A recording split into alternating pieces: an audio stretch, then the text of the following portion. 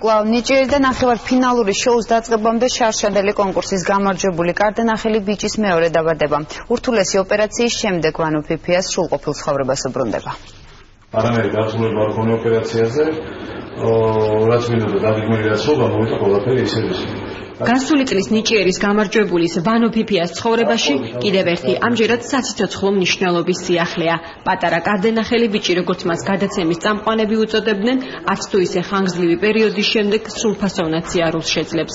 ბაკლოფენის ტუმბოს იმპლანტაციის ურთულესი ოპერაცია მას დღეს ჩაუტარდა. რეალურად მას ვანოს დიდი შანსია თუ იყოს აბსოლუტურად ჩვეულებრივი ადამიანი, ან შესაძლებელია მის გარდა არც არავინ არ იცოდეს რომ აქვს იმპლანტი რაღაც ჩადგმული.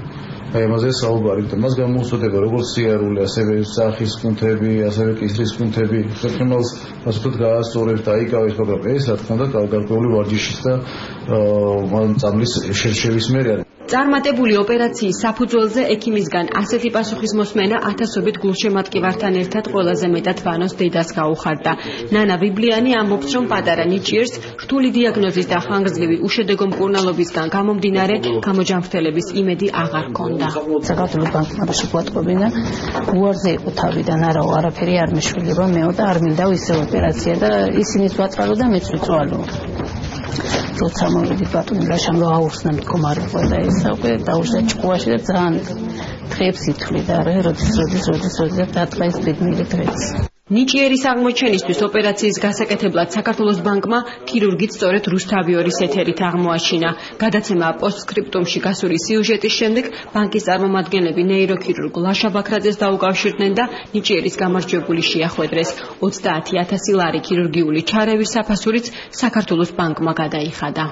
პრობლემა იყო ის, რომ ეს ოპერაცია საქართველოში არ კეთდებოდა და რაღაცა ბევრი ვარიანტი მოვსინჯეთ იქით-აქეთ და უცბად პოსტსკრიპტუმის სიუჟეტში იყო სიუჟეტი ბატონ ლაშა ბაქრაძეზე, რომელიც ნეიროქირურგი გახლავთ, გადაწყდა რომ ეს ოპერაცია გაკეთდება და რა თქმა უნდა საქართველოს ბანკმა ბოლომდე მხარი დაუჭირა ამ ინიციატივას. ვანო ფიფიას განსაკუთრებით გულშემატკივრობენ ნიჭიერში, რომლის კიდევ ერთი ნახევარფინალი დღეს გაიმართება.